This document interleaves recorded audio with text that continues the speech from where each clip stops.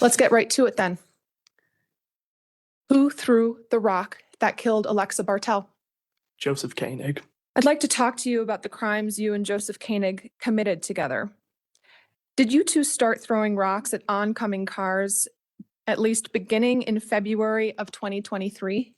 Yes, that sounds accurate. And was it just the two of you who would do this, you and Mr. Koenig? Yes, at that time it was. And did you and he, Mr. Koenig, do this even before you knew Zachary Kwok? Yes, we did. How would you throw rocks at oncoming vehicles? So for oncoming vehicles, what I would do is I would lower my window on the passenger side, and then with my dominant hand, I would go up and over the roof of the truck.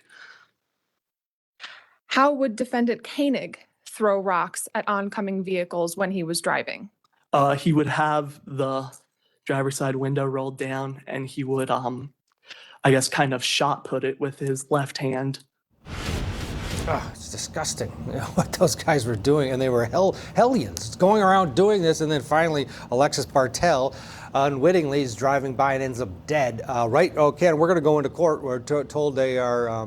We've got our signal there. Alexa Bartell's cousin is addressing the court at this sentencing hearing. Let's watch. Those of us who loved her, nothing is the same anymore. My family isn't the same anymore. When we're together, there is such a heaviness, along with a massive void and very often tears. We didn't just lose a beautiful soul, we lost someone who was going to do incredible things and someone who brought joy and warmth everywhere she went. Your Honor, we're the ones that live with this pain every day. We are the ones left with silence and the empty chair at every family gathering. And for that, I ask that the defendant be held fully accountable for the role he played in Alexa's death, as well as the devastating impact his actions have had on the other victims involved as well. Had he not handed over that final rock that killed my cousin, had he not engaged in such reckless destruction and behaviors, and had he shown a shred of common sense and humanity, knowing that throwing rocks at moving vehicles could cause serious harm, then my cousin would still be here today, and none of the other victims would have had to endure the fear, the pain, and the trauma they experienced. Your Honor, I thank you for giving my family and I the chance to share with you today how amazing Alexa was. I respectfully ask the court to impose the justified sentence for the crimes committed by the defendant. As you are aware, the crimes he is charged with occurred on multiple occasions over the course of several months. His sentencing should reflect the severity and the repeated nature of his actions. Therefore, I respectfully ask that his sentence be served consecutively. He should be forced to confront the full weight of his actions and what he has done, just as we are forced to carry it every single day. Thank you, Your Honor. Thank you for addressing the court.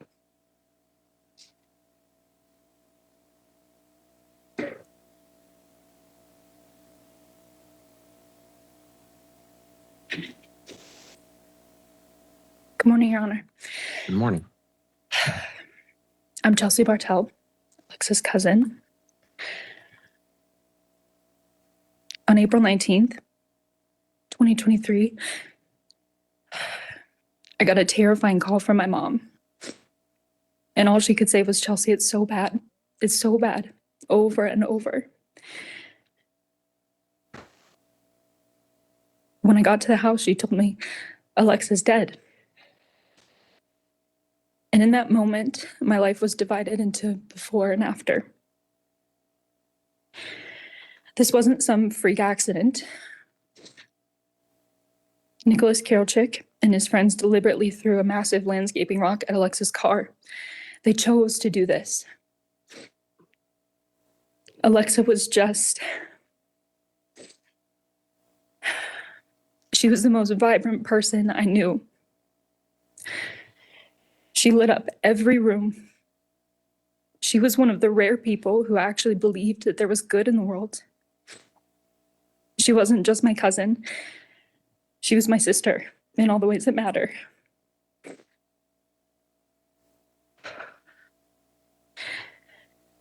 I had to help carry my cousin's body to be loaded in a hearse. And I wake up in the middle of the night with body shaking sobs that I can't control. I have panic attacks while driving 2-lane roads at night.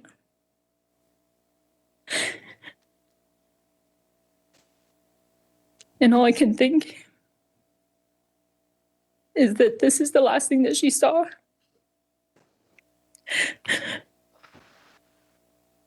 Family get-togethers are not the same. I keep expecting to see her smile, to hear her laugh.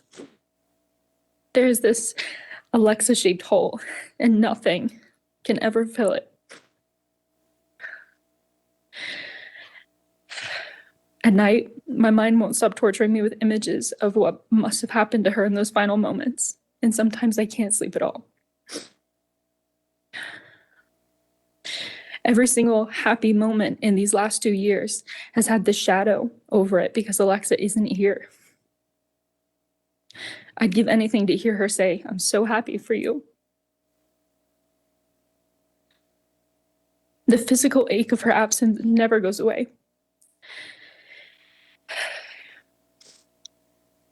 Nicholas Karol-Chik didn't make one terrible decision that night.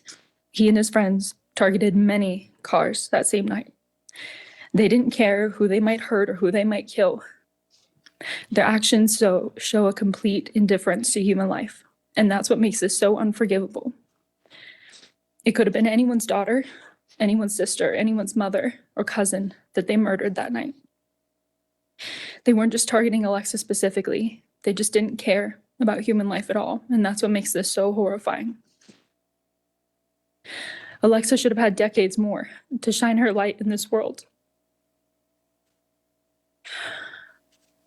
Instead, it was snuffed out by this senseless, cruel act. Please, give him the maximum sentence, not just for what he took from Alexa, but for what he took from all of us who loved her, and from a world that desperately needs more people like her. I respectfully ask the court to impose the maximum sentence allowed by law. Thank you. Thank you.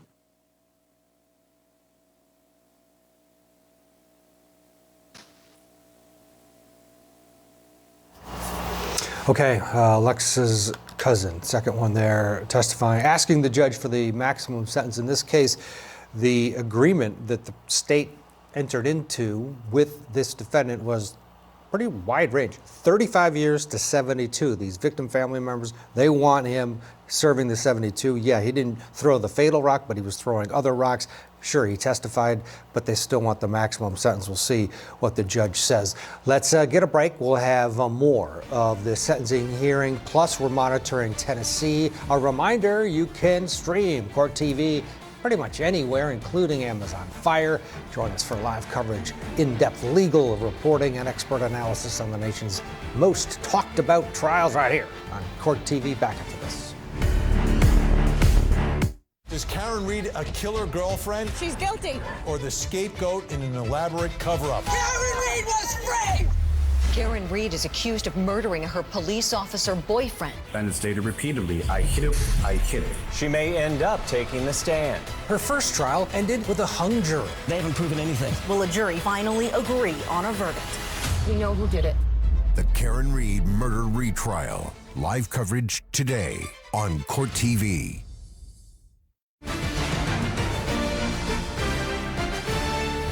All right, we want to head back to Colorado now. We're watching an emotional sentencing hearing. The defendant in this one is Nicholas Karol-Chik. He was one of 3 young men, 18 years old at the time, who were driving around town throwing rocks into oncoming traffic. They would literally throw, in some case, boulder-type rocks out of their car as a car was coming at them. Well, someone ended up dead. Alexis Bartell, she was 20 years old. We just heard from her cousin. Let's go back in. We're going to hear from more loved ones. Morning. I'm Jenna. Oh, hi. I'm sorry. I'm really nervous right now. And I wrote something, but now that I'm up here, I'm a little scared. You've done it before. I've done so it before. I know. But now it's like more important to me because I'm present, kind of. I don't know. But I was Alexa Bartell's girlfriend. And I know when death comes, everyone comes out and says how spectacular of a person they were. But I am seriously here to tell you that she was the most ever spectacular person I've met. When they say that she was great, she was more than great. And she taught everybody how to be kind. She was kind. She was the sun in everybody's life. And just like her cousin said, I don't want to talk about myself because nothing about this is about me, but I hate driving down 2-lane roads. I hate being in the dark. I hate driving at all because I now have nightmares of the things that I had to see that night. And I don't want to, and I hate it. And the worst part is that she didn't even get a choice. She drove down that road that night and she didn't have a choice. And they did have a choice to throw that rock and speed up the car. They had all the choice. And the worst part is when I think of Alexa that she didn't want to die. She had nothing in her. She was so excited to live. She was so excited to live, and she had so many plans that she was so excited for. And that got taken away from her so fast and so quickly by such a senseless act. And it's unfair. And I don't really know what else to say, but I really want to say more. I'm sorry. I'm really nervous. And I totally didn't read anything that I had. But I just want you to know, I wish that somewhere, sometime, you could have crossed Alexa's path, because I know she would have made a big difference on you and everybody's life. Everyone sitting here in this whole courtroom, I know she would have made a big difference. So take that with you, Will. Thank you. Thank you.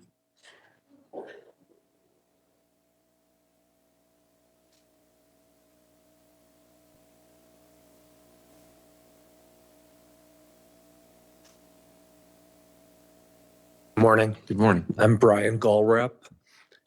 Your Honor, Alexa Bartell held a special place in all of our hearts. She embodied a rare kindness that made the world around her a better place. Her presence lifted others, and her potential was limitless. Alexa was my husband's only sibling. She was my amazing sister-in-law, and to all, an incredible person.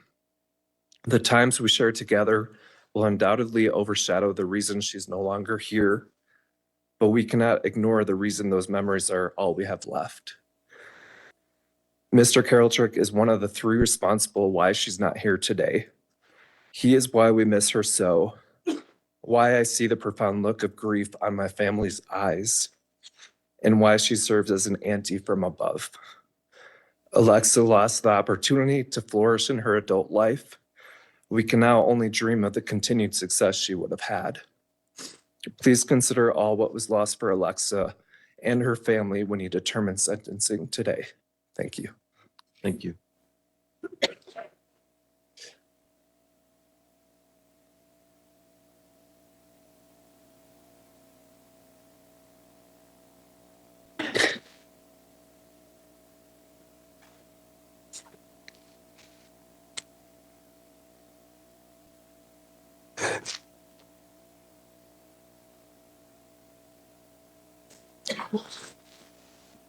It's okay. Your Honor, Good morning. I'm Greg Bartell. I'm Alexa's dad.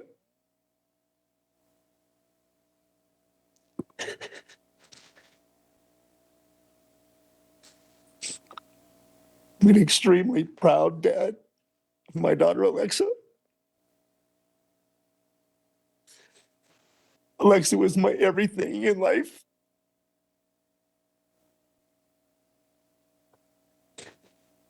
She was my pride and joy.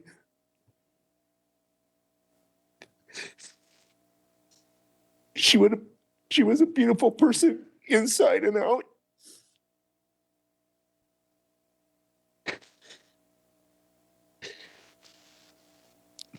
She was a very respectful, loving, kind, caring, thoughtful, fun, intelligent young lady.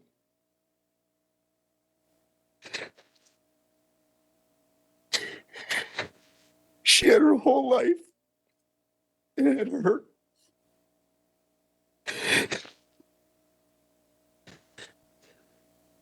My heart is completely shattered and will remain that way the rest of my life.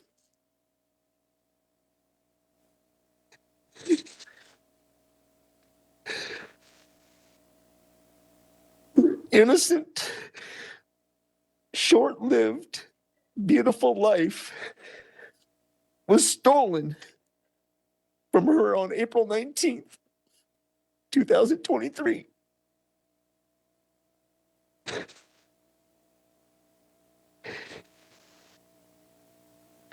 And this individual's perception of a fun night out is throwing rocks at oncoming cars. They did that on multiple occasions until they finally accomplished their ultimate goal.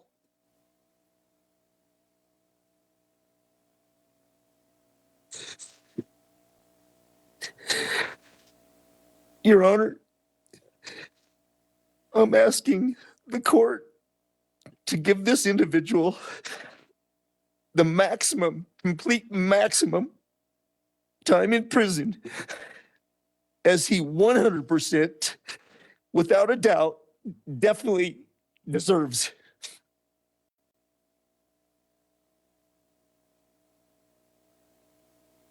Thank you.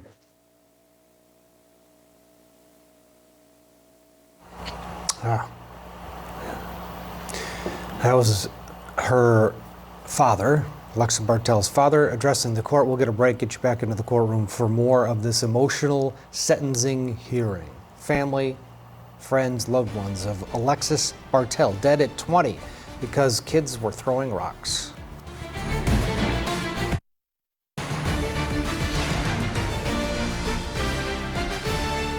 Welcome back to Court TV Live. Good to have you along on a Thursday. If you're wondering, hey, where's the Karen Reed trial? They're dark today. There's no court today because of Law Day. They are observing that holiday in New England. So everybody will be back tomorrow, 9 o'clock Eastern, and we will be there. Jen McKay will be back on the stand. Right now, we are watching a very emotional sentencing hearing in the state of Colorado. 20-year-old Alexa Bartell died after she was driving in her vehicle and was hit by a rock. A rock went into her windshield because 3 young men, 18 at the time, were throwing rocks into people's windshield, oncoming traffic. Well, now one of those men, Nicholas Karol-Chik, is being sentenced for his role. We just heard from Alexa's father. Now it's time to hear from her mother. Goodness, I didn't do big enough print. Sorry. Good morning, Your Honor. My name is Kelly Bartell, and I am the mother of Alexa Lee Bartell. Alexa was born on November 23rd, 2002. She was only 20 years old when her beautiful, bright life was stolen by a senseless and deliberate act of violence. Each morning, I wake up and relive the same nightmare. I find it difficult to feel joy without being consumed by guilt, as if any happiness I experience is a betrayal, like the world has no business moving on without her.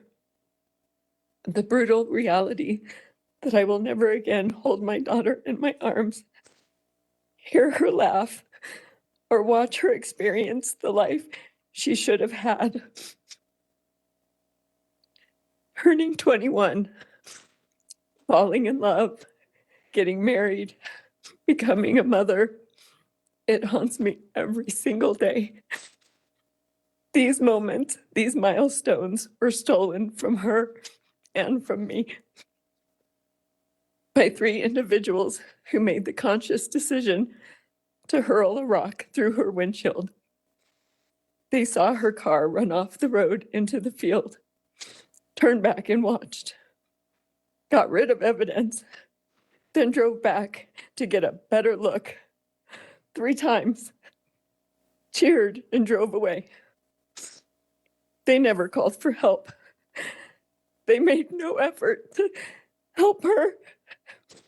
Instead, they formed a pact to be blood brothers, as if taking my daughter's life was something to be proud of. Over the course of the last 2 weeks, we heard the words focused, frequent, and fatal. We also heard the word complicit. Nicholas Karol-Chik took a plea deal for lesser charges, lesser sentencing. While I'm grateful that his plea deal and testimony led to a conviction, the fact remains that he was complicit and is guilty, and I will never see my daughter again in this life. As you listen to me today, please strongly consider strong sentencing to the fullest extent. Alexa was not just another name in a headline. From the moment my daughter Alexa was born, she had sandy blonde hair, hazel eyes, and a smile that lit up every room she entered. She had infectious energy, an amazing sense of humor, compassion, and strength. She was unapologetically herself, and in being so, she made others feel safe to be who they were too. Alexa was my only birth child, my daughter, my best friend, and my greatest joy in life. She was also the beautiful daughter to Greg and a cherished little sister to Ryan, who was 14 years her senior. But despite the age gap, they shared an unbreakable bond. Alexa adored her brother, always looking up to him, always wanting to be a part of his world. He once told her she should be a veterinarian because of how deeply she loved animals, especially dogs. When he got his dog, Sadie, Alexa was thrilled. It gave her one more pup to love and to care for. She loved dog sitting for friends and for family. During COVID, she decided to buy her own dog, Oakley. He's a playful, full of love little Pomsky who to this day still sleeps in her bed every night.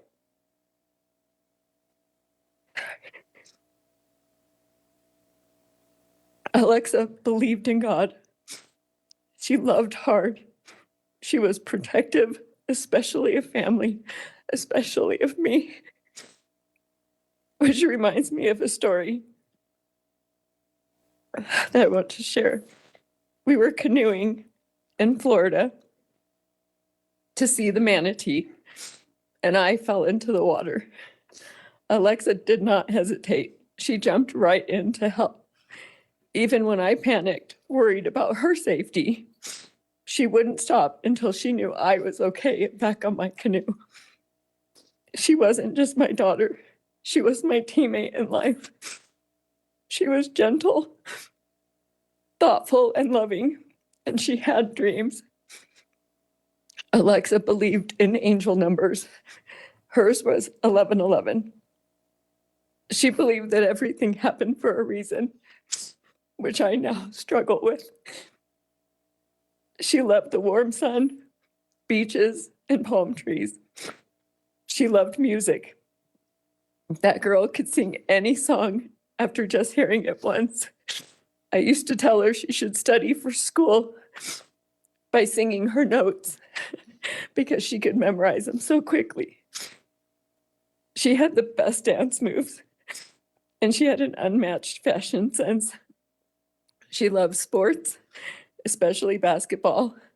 She loved to play catch. She would make me go to the park all the time to play catch.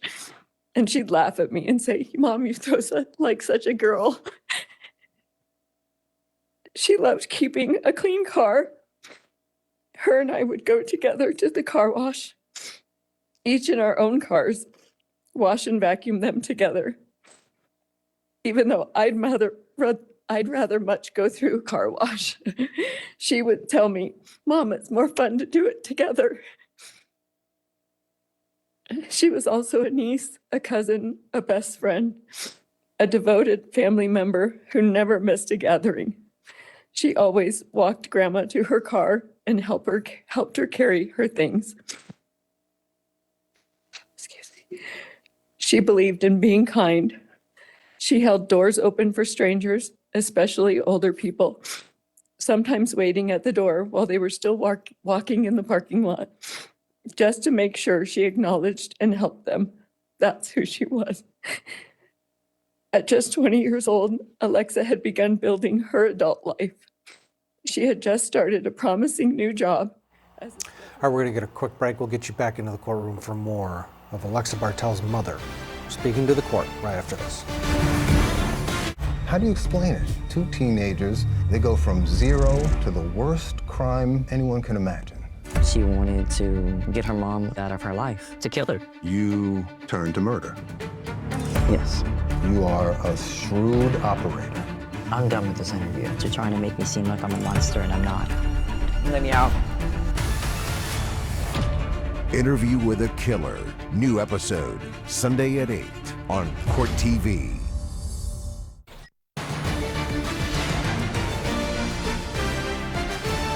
Welcome back to Court TV Live. We're watching a very emotional sentencing hearing out of the state of Colorado. Nicholas Karol-Chik is the defendant. The victim, Alexa Bartell. And that's who we're hearing all about from her mother. Let's pick it up right where we left off before the break.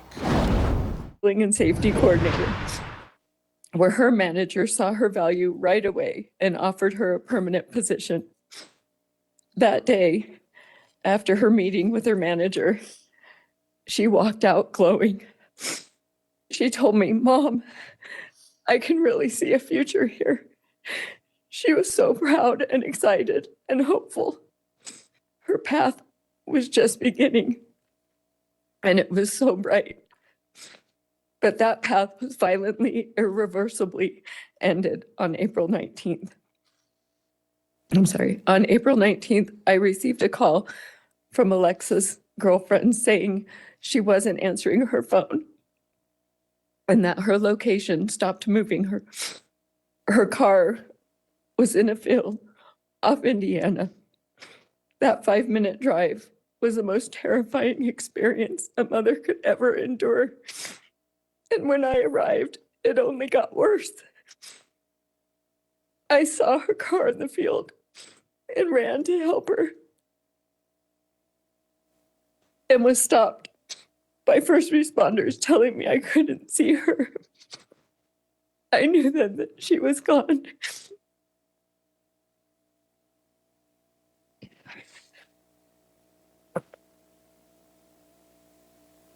I never got a chance to see my daughter again. Not even one final time. Her injuries were so severe. I couldn't touch her or view her at the funeral home. An open casket wasn't possible. What mother should have to live with that kind of goodbye? One that never happened. To this day, I can't make peace with the fact that she's gone.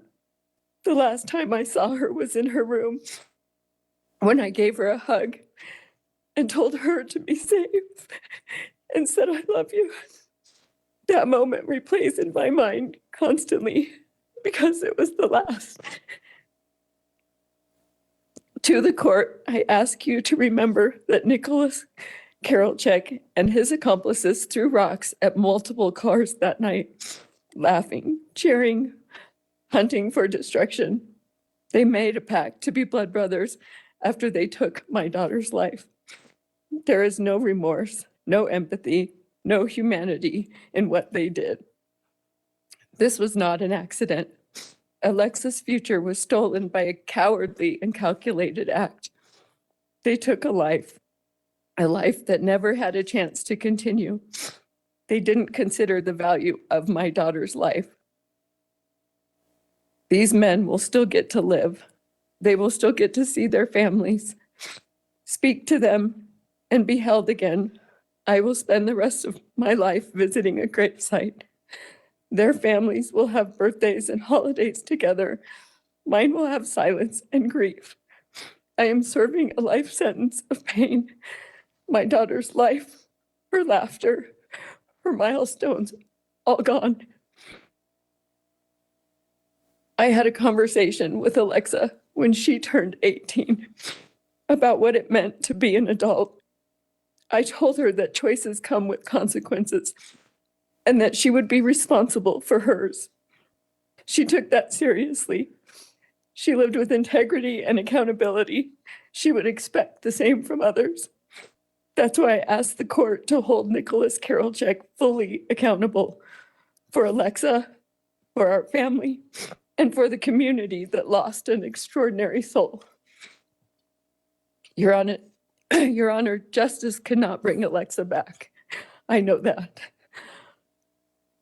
But it can speak the truth that her life mattered, that what happened to her was not just wrong, it was evil, and that our society must protect our innocent lives from this kind of violence. Alexa will never be forgotten. Her story will continue to be written by those of us who loved her endlessly. We will honor her by living with love, light, and laughter.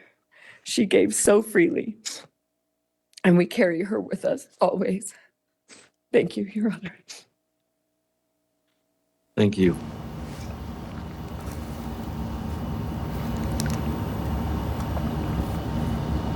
All right, Alexa Bartell's mother, very emotional address, long address to the court, asking for the maximum, as did the other relatives. Nicholas Karol-Chik, Koenig did cooperate, he did testify, but boy, he was part of something just disgusting.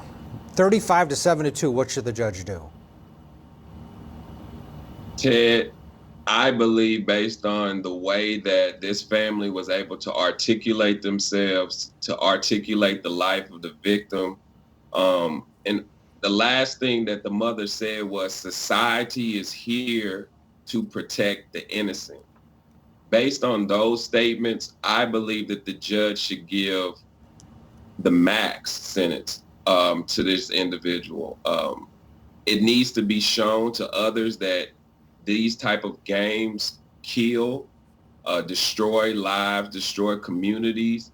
And for that reason, a message needs to be sent that if you do this in the state of Colorado, in this county, you will be held accountable, and you may not see the light of day again from the outside world.